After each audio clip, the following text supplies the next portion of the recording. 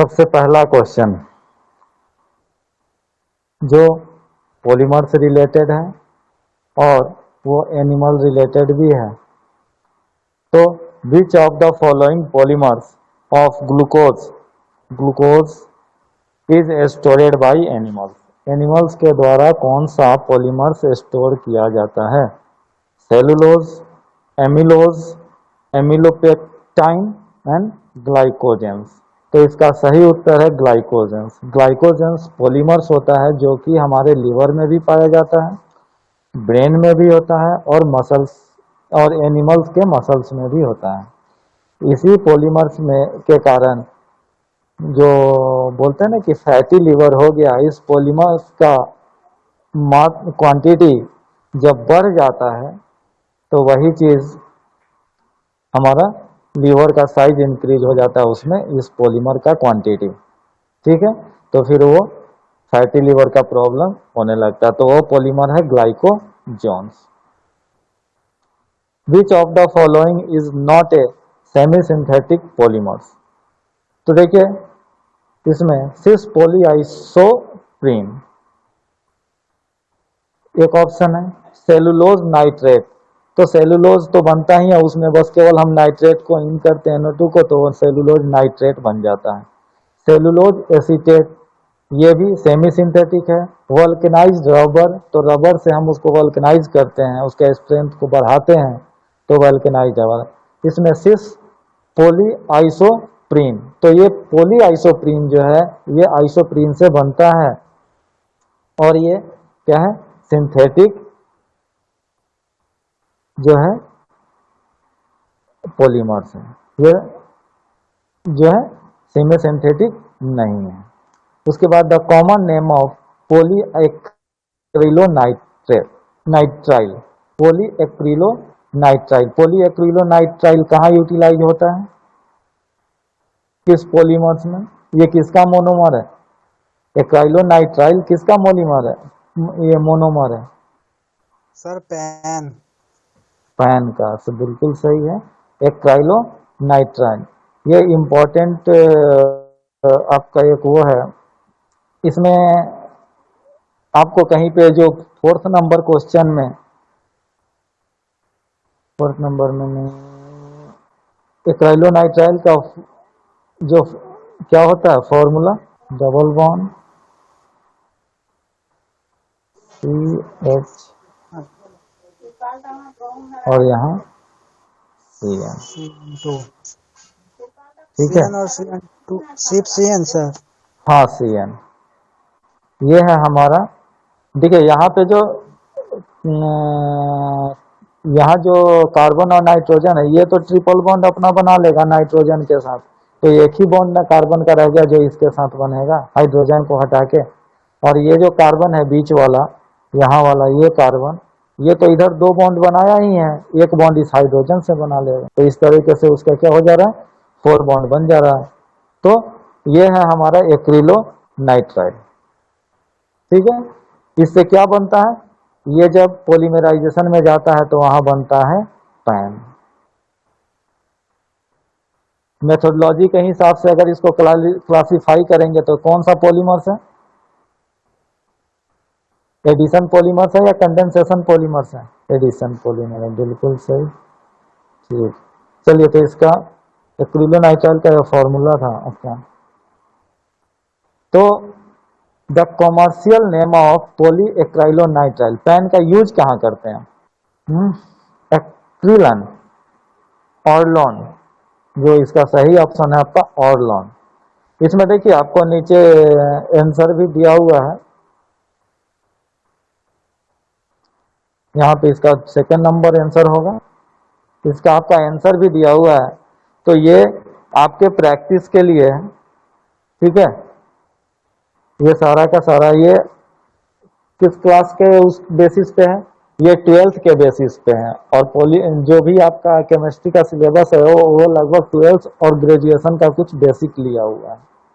तो इसीलिए 12th का जो ऑब्जेक्टिव टाइप क्वेश्चन था वो आपके लिए निकाल के रखे हैं इस चीज को प्रैक्टिस करने के लिए। तो नीचे उसका आपका आंसर दिया हुआ है और साथ में उसका एक्सप्लेनेशन भी दिया हुआ है कि ये क्या चीज होता है, ठीक, कि किस मोनोमर्स के यूटिलाइजेशन से हम लोग ये वाला पॉलीमर्स बनाएंगे, या इस पॉलीमर्स का यूटिलाइजेशन क्या है, उससे रिलेटेड इसमें सारे लगभग क्वेश्चन हैं, ठीक है। इसीलिए आपको दिए हैं कि एक बार आप इसको पढ़ें, उसके बाद इसको हम लोग डिस्कस करेंगे, ठीक है। एक बार आप पढ़ लेंगे तो जो भी टर्म्स है, कम से कम वो टर्म्स आपको याद हो जाएंगे, तो उसका एक्सप्लेनेशन जो है आसानी से आपके दिमाग में आ जाएगा। Which of the polymer is are fibres, which of the following polymer are thermoplastic, which of the following characteristic of thermosetting polymers, which of the following polymer are condensation polymers. इस पेज का भी ले लीजिए, इसमें एक से ज्यादा आपके सही आंसर हो सकते हैं। पहले आप खुद से ट्राई करें, उसके बाद आंसर देखिएगा। पहले आप ट्राई खुद से किया कीजिए। विनाइल क्लोराइड, विनाइल क्लोराइड हम किस पॉलीमर्स को बनाने के लिए यूटिलाइज करते हैं? याद है विनाइल क्लोराइड किसके लिए यूटिलाइज करते हैं? सर पीवीसी बनाने के लिए, पीवीसी पीवीसी बनाने के लिए। Poly vinyl chloride, vinyl chloride PVC. तो इसको हम लोग सबसे पहले विनाइल क्लोराइड को कैसे बनाते हैं? तो विनाइल क्लोराइड जो होता है एसिटिलेन से बनता है, CH ट्रिपल बॉन्ड CH, क्या बोले? ठीक है। ये जो हम लिख रहे हैं वो भी दिख रहा है? हाँ सर। ठीक है। CH ट्रिपल बॉन्ड CH, ये है एसिटाइलिन, ठीक है। ये ट्रिपल बॉन्ड अनसैचुरेटेड कार्बन है, ठीक है, अनसैचुरेटेड कार्बन कंपाउंड है। इसको जब हम लोग रिएक्ट कराएंगे किससे? HCl से। सर क्या नाम बोले? एसिटिलीन, एसिटाइलिन, यहाँ नाम ऊपर लिख देते हैं, ACETYLENE,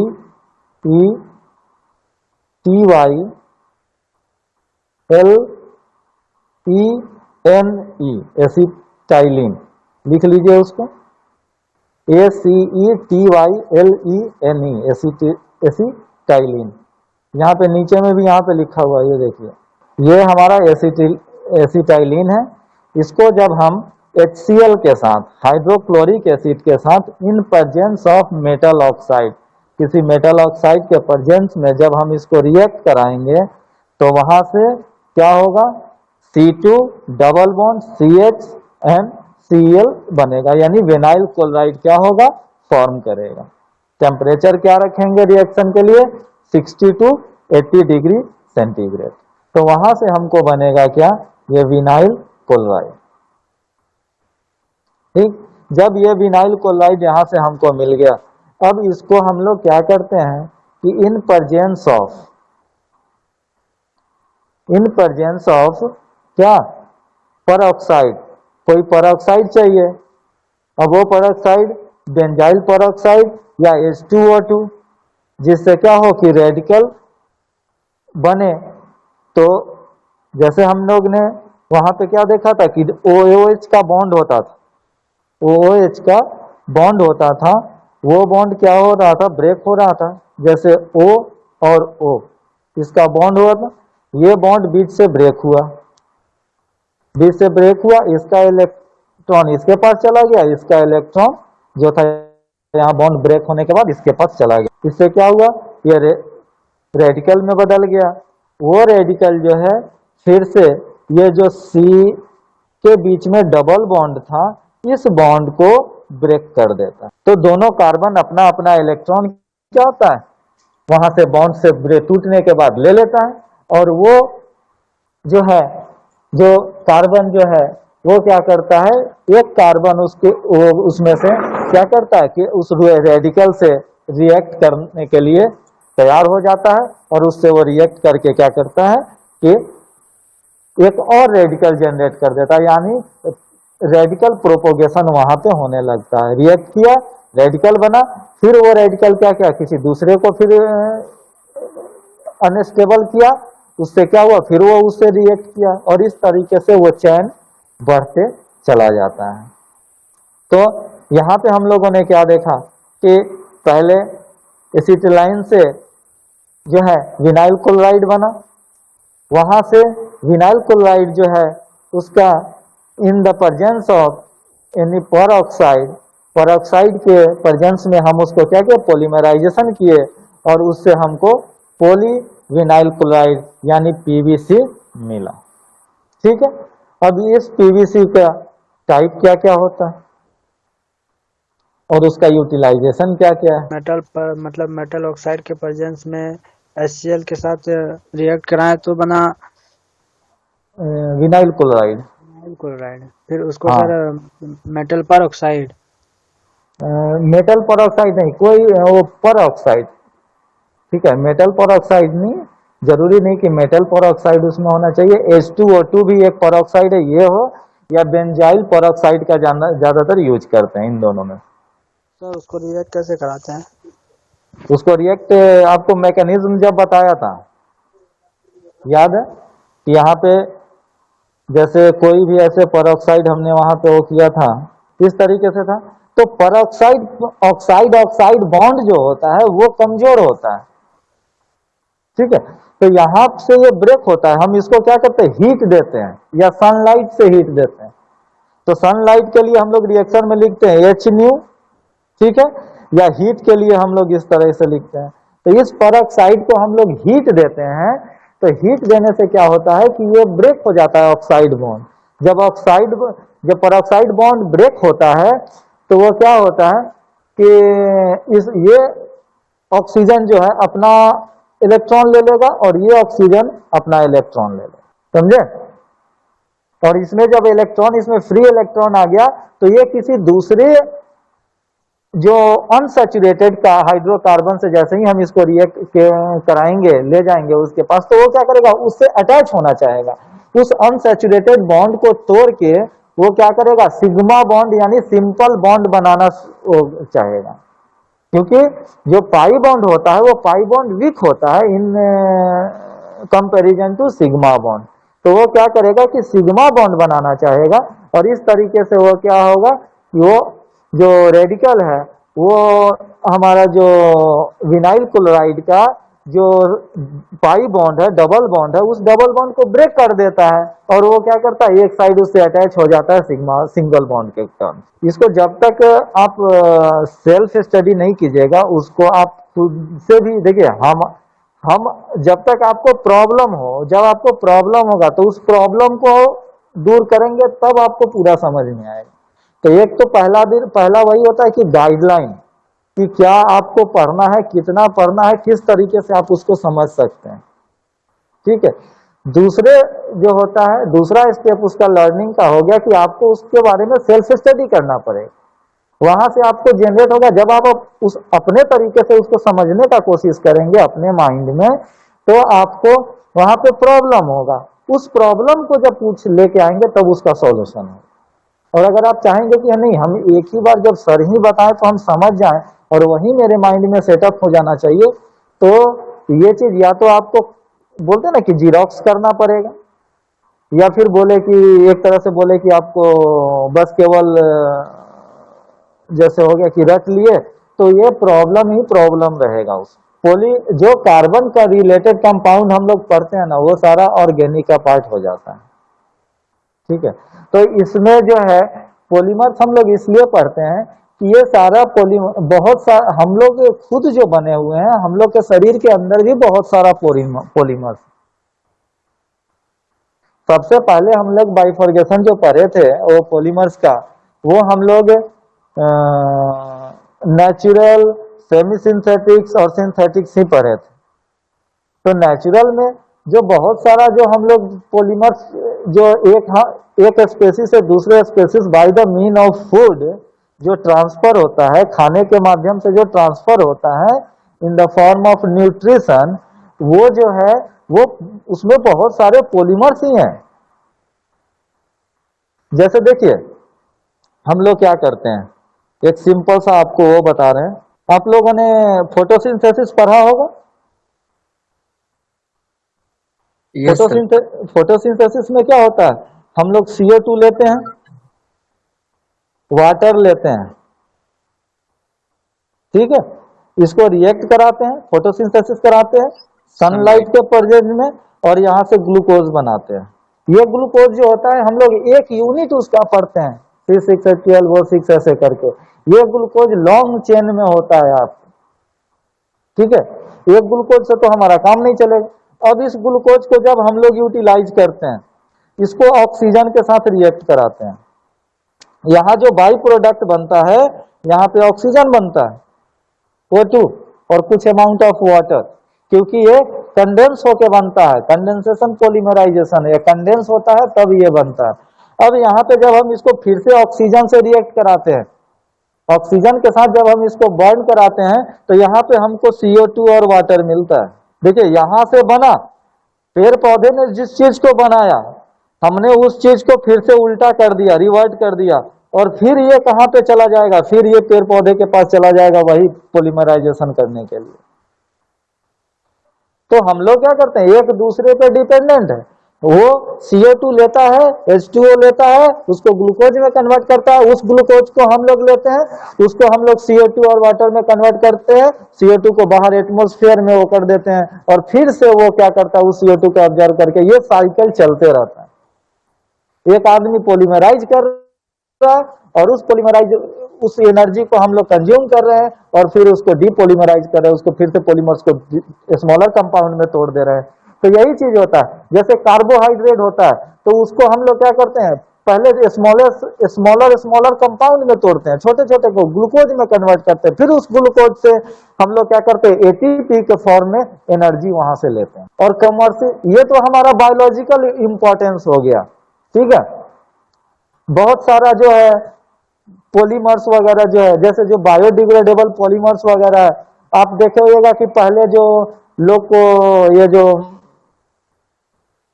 टाका वगैरह जो सिला जाता था, जिसको जैसे कहीं कट पट गया तो टाका दिया जाता था, तो पहले जो बोला जाता कि टाका कटवाने जा रहा है, टाका काटना पड़ता था, ठीक है। अब क्या हो गया, अब वो जो सिलने का जो उसको बांधने का जो थ्रेड है, वो बायोडिग्रेडेबल थ्रेड भी आने लगा है। यानी उसको क्या करना पड़ता है, उसको कटवाना नहीं पड़ता, वो अपने आप धीरे धीरे मतलब वो गल जाता है। तो उसको बोलते हैं बायोडिग्रेडेबल पॉलीमर्स, यानी जो कि समय के साथ अपने आप धीरे धीरे डिग्रेड हो जाता है, यानी वो खत्म हो जाता है।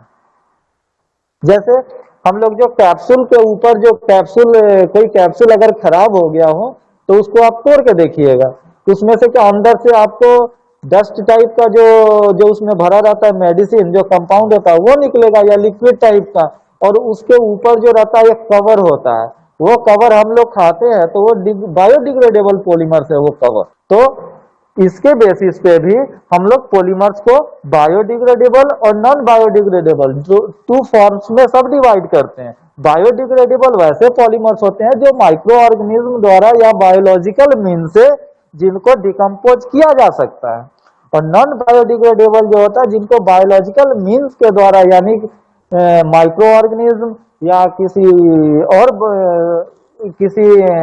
लिविंग बींग्स के शरीर के अंदर उसको डिकम्पोज, यानी उसको स्मॉलर कंपाउंड में तोड़ा नहीं जा सकता है।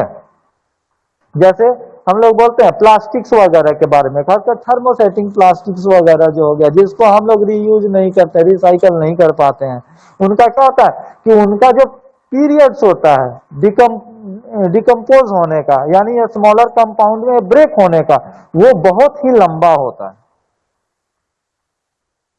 ठीक है। इसीलिए एटमॉस्फेरिक पॉल्यूशन को कम करने के लिए हम लोग क्या करते हैं, आप लोग देखे भी रहिएगा कि बहुत सारे शहर में प्लास्टिक बैन कर दिया जाता है, बैन किए हुए है गवर्नमेंट, लेकिन फिर भी क्या करते हैं लोग अपने छोटे छोटे थोड़े थोड़े फायदा के लिए, बड़ा नुकसान हो जाए लेकिन तनिक नुकसान बचाने के लिए क्या करते हैं, थोड़ा छोटा सा प्रॉफिट बढ़ाने के लिए लोग उस तरह के से अपने ही पांव पे कुल्हाड़ी मारते हैं। तो 12th में 2 चैप्टर था, एक पॉलीमर्स और एक बायोमोलिक्यूल्स, समझे। ये दोनों चैप्टर जो है मतलब कमर्शियल लाइफ में, यानी इंडस्ट्रियल उसमें प्रोडक्ट मैन्युफैक्चरिंग में बहुत ज्यादा इंपॉर्टेंस रखता है। बहुत सारे जितने भी आप चीज देखिए, फाइबर्स देखते हैं, प्लास्टिक का सामान देखते हैं, खिलौना देखते हैं, लकड़ी देखते हैं, फिर आप टीवी मोबाइल ये सब का कवर जो देख रहे हैं, मेटल को छोड़ के मैक्सिमम चीजें जो बनी हुई है, आपके सेल्स जो बने हुए हैं, ये सारे पॉलीमर से ही बने हुए हैं। तो आपके आसपास अगर नजर उठा के देख रहे हैं, ये कपड़े वगैरह जो है, जो फाइबर्स वगैरह है, ये सब के सब पॉलीमर्स ही है। तो आप नजर उठा के देख लीजिए, बहुत सारे चीज, मैक्सिमम चीज आपको पॉलीमर्स ही दिखेंगे, जो इक्विपमेंट टूल्स वगैरह आप यूज करते हैं।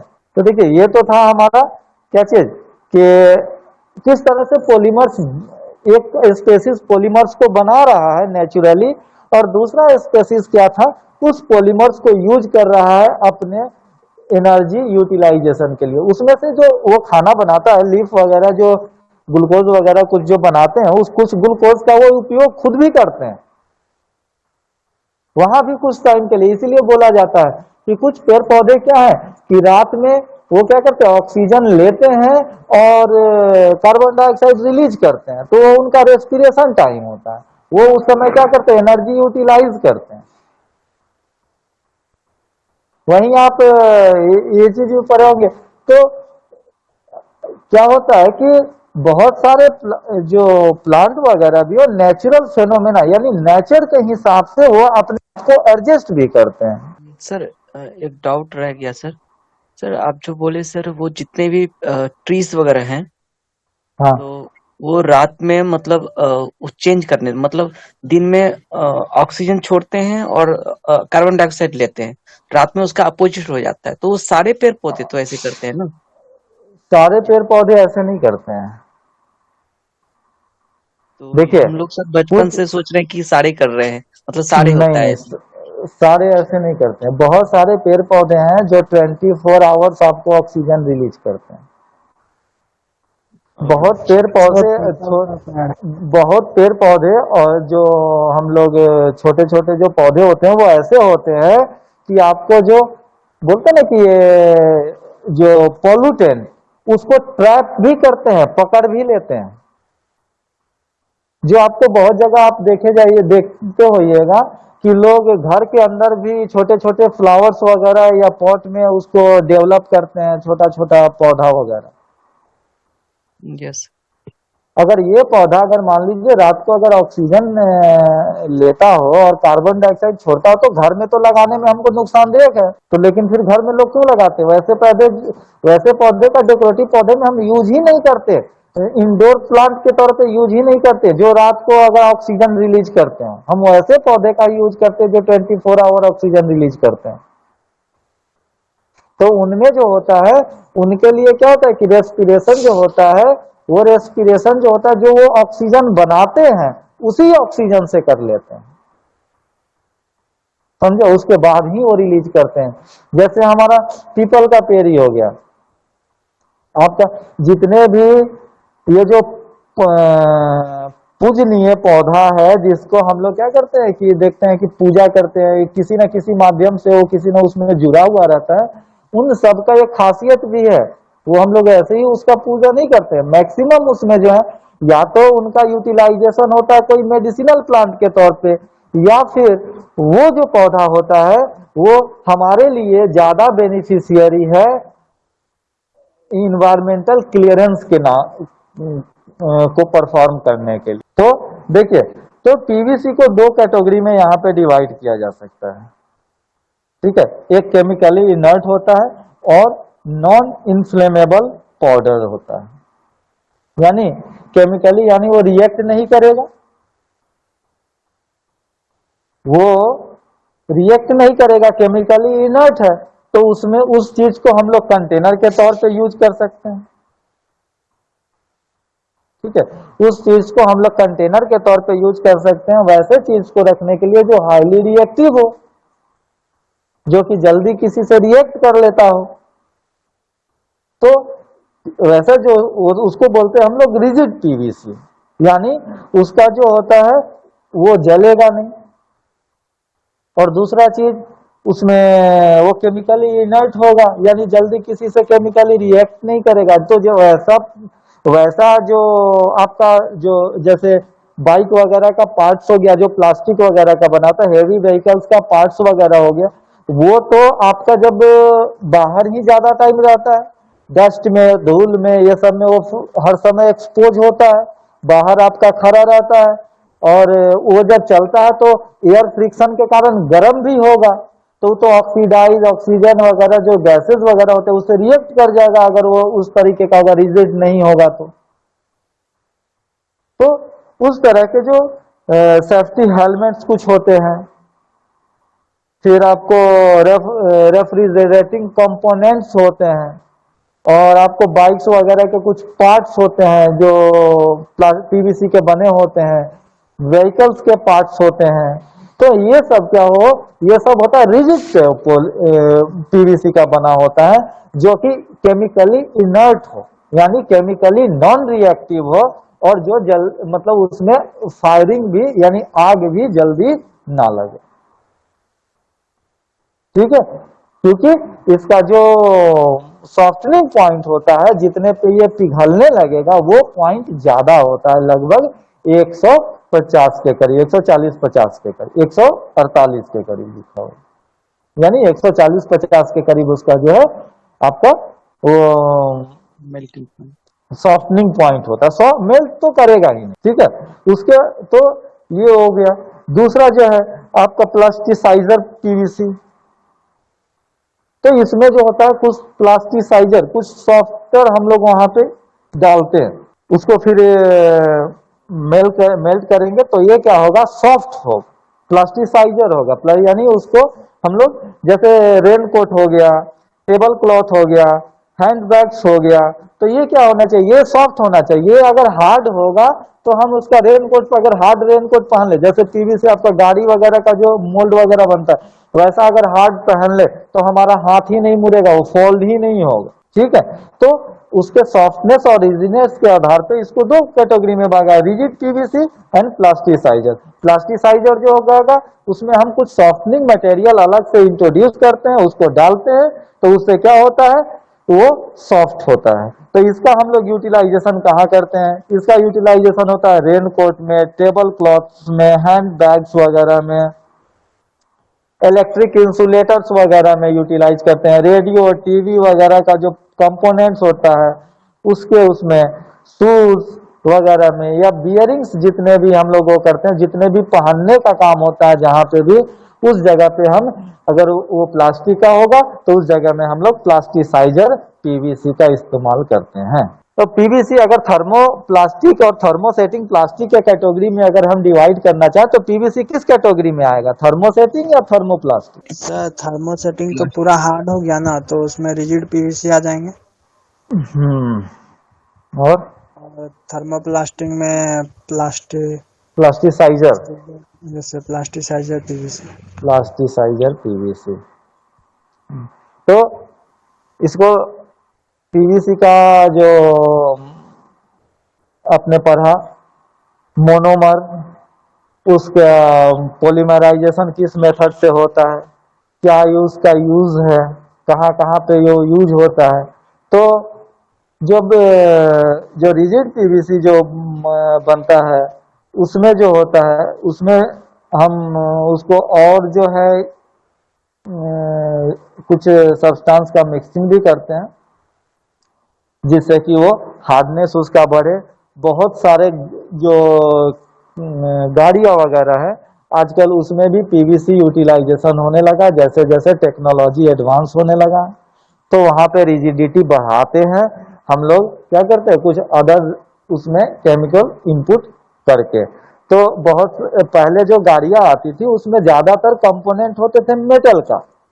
ठीक है, उस मेटल का कंपोनेंट होने से क्या होता था कि वो गाड़ी आपका हेवी होता था, हेवी होने के कारण उसमें क्या होगा कि माइलेज कम होगा, यानी उसको उस हेवी लोड को ऑपरेट करने में तो ज्यादा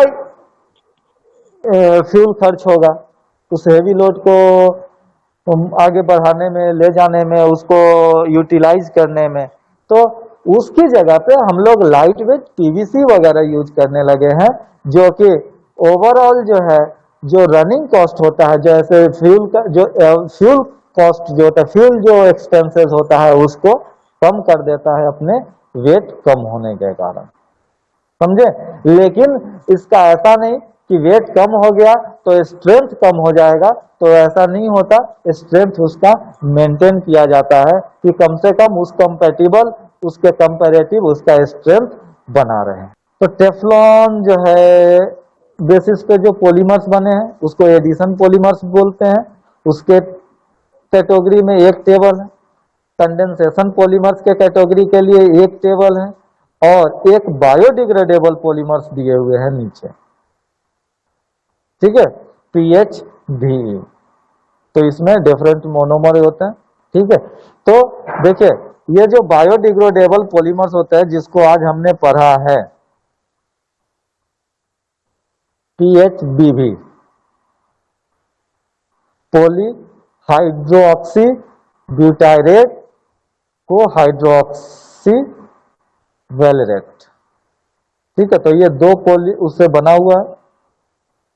ठीक है, वो दोनों के मोनोमर्स से कंबाइन होकर बना हुआ है। इसका यूटिलाइजेशन हम लोग करते हैं all packaging orthopaedic devices and in controlled drug release. इसका मतलब क्या, इन कंट्रोल ड्रग रिलीज? तो मतलब जब वो बायोडिग्रेडेबल होता है तो उससे कुछ हानिकारक चीज निकलता होगा जिससे मतलब वो बहुत हद तक उसे कंट्रोल कर। जब बायोडिग्रेडेबल होता है, जब ये हानिकारक चीज निकलता है तो कंट्रोल ड्रग रिलीज में हम इसका कैसे यूज कर सकते हैं? हमने बोला था आपको कि बायोडिग्रेडेबल जो पॉलीमर्स होता है उसका यूटिलाइज हम लोग कैप्सूल्स वगैरह जो है उसमें करते हैं। अगर कैप्सूल्स में हम लोग अगर बायोडिग्रेडेबल पॉलीमर्स का इस्तेमाल करते हैं, वो अगर हार्मफुल होगा तो हम उसको कैसे खा सकते हैं? तो पॉसिबल नहीं है फिर। तो क्या होता है कि ये जो बायोडिग्रेडेबल जो है हमारे शरीर के अंदर एक कंट्रोल्ड मैनर में होता है। ऐसा नहीं कि एक बार बायोडिग्रेडेबल है हमने लिया और ऊपर का जो कवर है एक बार में ही डिग्रेडेबल वो हो गया, डिकम्पोज हो गया। वो सर्टेन अमाउंट ही एक सर्टेन टाइम में, सर्टेन टाइम इंटरवल में डिकम्पोज होता है। इसीलिए क्या होता है कि वहां से वो थोड़ा थोड़ा अमाउंट जो है वो आपका मेडिसिन का रिलीज होता है हमारे बॉडी में। तो वही बोल रहा कि कंट्रोल्ड ड्रग रिलीज, यानी कंट्रोल्ड तरीके से क्या होगा, ड्रग्स को रिलीज करता है। ठीक है, तो कंट्रोल्ड तरीके से वहां पे ड्रग रिलीज करने के लिए हम लोग बायोडिग्रेडेबल पॉलीमर्स का इस्तेमाल करते हैं। और कुछ जैसे हमारा जो बताया आपको वो टाका वगैरह जो सिलने वगैरह में या किसी का ऑपरेशन में ऑपरेट होता है, तो जैसे आपने देखा कि पेट वगैरह में भी किसी का ऑपरेशन होता है तो वहां भी तो उस चीज को बायोडिग्रेडेबल अगर पॉलीमर से या थ्रेड से करेंगे तो वो टाका काटने का जरूरत नहीं पड़ेगा, वो अपने आप धीरे धीरे कुछ टाइम में क्या हो जाएगा, डिकम्पोज हो जाएगा। अगर एकदम से डिकम्पोज हो जाने वाला होता तो पता चला कि आज हमने टाका लगाया और 2-4 दिन में अगर वो डिकम्पोज हो गया तो अगले दिन से तो उसका पेट ही खुल जाएगा। टाइम होता है कि कितने टाइम के बाद क्या होगा, ये डिकम्पोज करेगा। उसी तो जितना टाइम हमको चाहिए होता है उसके हिसाब से हम उसका यूटिलाइजेशन करते हैं और उतने हिसाब से उसको हम मोटा या पतला रखते हैं। उसका कोटिंग उसके हिसाब से हम लोग बनाते हैं। तो देखिए ये टेबल आपको याद करना पड़ेगा इसमें कि कौन कौन सा, जैसे बैकेलाइट का देखिए यहाँ पे आपको बैकेलाइट का दिया हुआ है, फेनॉल और फॉर्मलडिहाइड। फॉर्मलडिहाइड कुछ इस तरीके का होता है। ये फॉर्मलडिहाइड जो है जाकर आपको कंबाइन करेगा इससे यहाँ और यहाँ पे, इस पोजीशन पे और इस पोजीशन, और इन दोनों का ये दोनों अलग अलग कंपाउंड में होंगे। एक ये होगा और एक इस तरीके से आपका होगा। यहाँ आपको ऊपर में OH लगा ही होगा, यहाँ OH लगा ही होगा। ये आपस में फिर से पॉलीमराइज होते हैं ये दोनों यूनिट, और ये फिर ये आपका बैकेलाइट बनता है। तो इनको पहले पॉलीमर्स को आपका नाम याद करना पड़ेगा। दूसरा देखिए जैसे नाइलॉन्स जो है, नाइलॉन्स प्रजाति का ही है, तो उसमें क्या क्या होता है। नाइलॉन 66 ये हमने आपको बताया था कि हेक्सामेथाइल डाइएमाइन को रिएक्ट कराते हैं एडिपिक एसिड के साथ, तो ये टेक्सटाइल फैब्रिक बनता है। नाइलॉन 6-8 तो 6-10, तो 6-10 में क्या होगा, एक 6 चेन का कार्बन कंपाउंड होगा और एक 10 चेन का, तो 6 चेन का आपको इसमें हेक्सामेथाइल डाइएमाइन रहेगा ही, और जो है आपका 10 चेन का वो आपको हो जाता है, जहां वहां एडिपिक एसिड यूज हो रहा था यहाँ से बेक्सिस एसिड यूटिलाइज होता है। बस कुछ नहीं है, उसमें कार्बन का चेन चेंज हो जाता है। तो इसका यूज कहाँ होता है, ये और इसका यूटिलाइजेशन टेक्सटाइल, कारपेट, बिस्टलर, इन सब में इसका यूटिलाइज होता है। उसके बाद नाइलॉन 6, नाइलॉन 6 में एक ही चेन, एक ही मोनोमर्स होगा जिसको आपस में कंडेंस होगा वो, तो यहाँ से एमाइन बाहर निकलेगा। तो नाइलॉन 6 कार्बोलैक्टम के कंडेंसेशन से बनता है। तो ये नाइलॉन 6 जो होता है बहुत, ये आपको हाई स्ट्रेंथ का पॉलीमर्स होता है, जिसका हम लोग यूटिलाइजेशन जो माउंटेनिंग रोप होता है, माउंटेनिंग रोप जो चढ़ाई के लिए यूटिलाइज करते हैं, वो टायर का कोर जो होता है उसके लिए इस्तेमाल करते हैं बनाने में। तो ये सारा चीज आपको देखिए, मेलामाइन फॉर्मल्डिहाइड रेक्सिन, दो कंपाउंड है, मेलामाइन से बना एंड फॉर्मल्डिहाइड, ये दोनों नॉन ब्रेकेबल कंपाउंड बनाता है। वैसे ही यूरिया फॉर्मल्डिहाइड रेक्सिन, ये यूरिया और फॉर्मल्डिहाइड इससे कंबाइन होके बनता है। तो ये कहाँ कहाँ यूटिलाइज होता है, जो बोतल वगैरह का आपको जो प्लास्टिक का बोतल का कैप वगैरह है वो इससे बनता है, यूरिया फॉर्मल्डिहाइड से। बटन जो हो गया आपका उससे बनता है। सर्जिकल आइटम्स जो कुछ हो गए वो सर्जिकल आइटम इसमें यूरिया फॉर्मल्डिहाइड से बनाया जाता है। चलिए आज के लिए बस इतना ही।